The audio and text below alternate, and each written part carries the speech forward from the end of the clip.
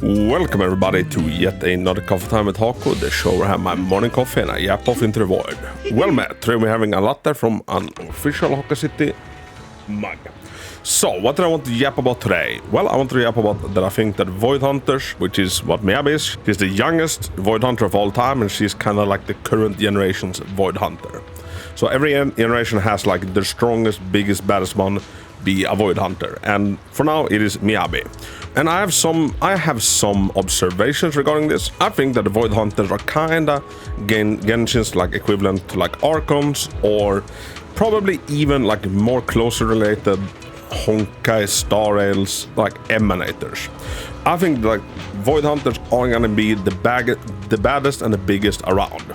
And I think that each and every Void Hunter is kinda gonna be like the pinnacle of like what a certain type of class can do. Like I do think that Miyabi is gonna be like the pinnacle of anomaly for at least a very, very, very long time. And I think that they're gonna space out the Void Hunters, like they're gonna create a lot of hype around them. And when they come out, they are gonna be like the best in that field. So I personally, I would assume that the next Void Hunter is an anomaly, although, they do love throwing anomaly characters at us. And if we just like look at the disparity in power level between Haramasa and Miyabi, for example, anomaly is definitely up there. It's gonna be interesting to see if like Evelyn can kind of bring attackers back up to the table, or maybe it's Astrayao that actually does it. Because yeah, attackers in comparison with anomaly, yeah, attackers doesn't stand much chance.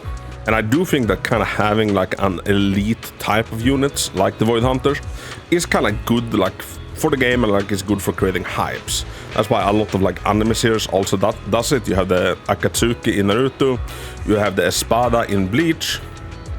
Do you have anything like similar in One Piece?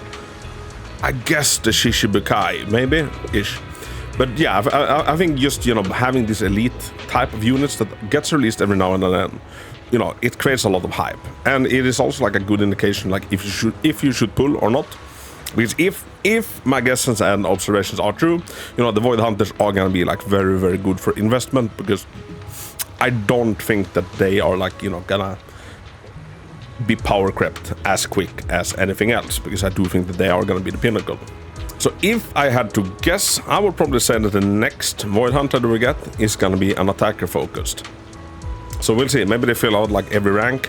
Although if they do attacker, then all we like the next 3 ones would be then defense, stun, and support. Maybe maybe the space attacker out. Maybe the next Void Hunter we get is support. And I can also see that maybe every story kind of like correlates into like one of the Void Hunters.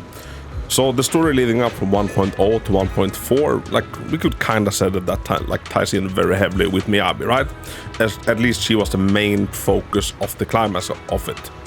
So now after 1.1, like 1.5 and onwards, we're starting a new journey. So we'll see if this attaches into another Void Hunter that we might get to know, and like when that storyline, when that season kind of comes to an end, maybe that Void Hunter then becomes playable, and like this is the kind of loop they're going for. Maybe we'll see. The game is still so freaking early, but it's exciting to think about. And the addition of like Void Hunters to the game doesn't it doesn't exclude that there might be other like elite organizations that we might also get.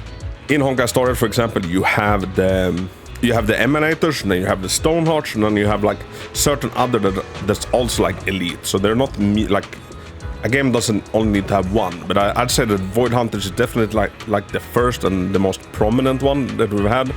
There was this like big lore trailer showing off a bunch of Void Hunters in the early stage of the game as well. So yeah, let me know what you think, peeps. Do you think that Void Hunters is kind of our version of Emanators, our version of the Archons?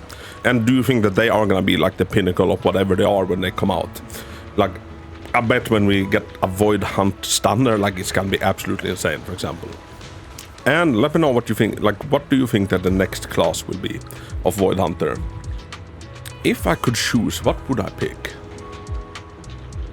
You know, I kind of would like attacker because I would like to see how avoid hunter attackers, you know, stacks up against Miyabi. I don't think it's gonna be close because they're gonna have to do something to like bring attacker back to the table. And let's see if Evelyn fixes that. But yeah, everybody, that's all for now. Thanks so much for listening to Coffee Time with Hako. Number, I think this is 39, which means the 40 is the next one. And we're getting close to Christmas, so happy early Christmas, everybody. And best of luck in your Miyabi pools if you haven't gotten it yet. Alright, Hako out.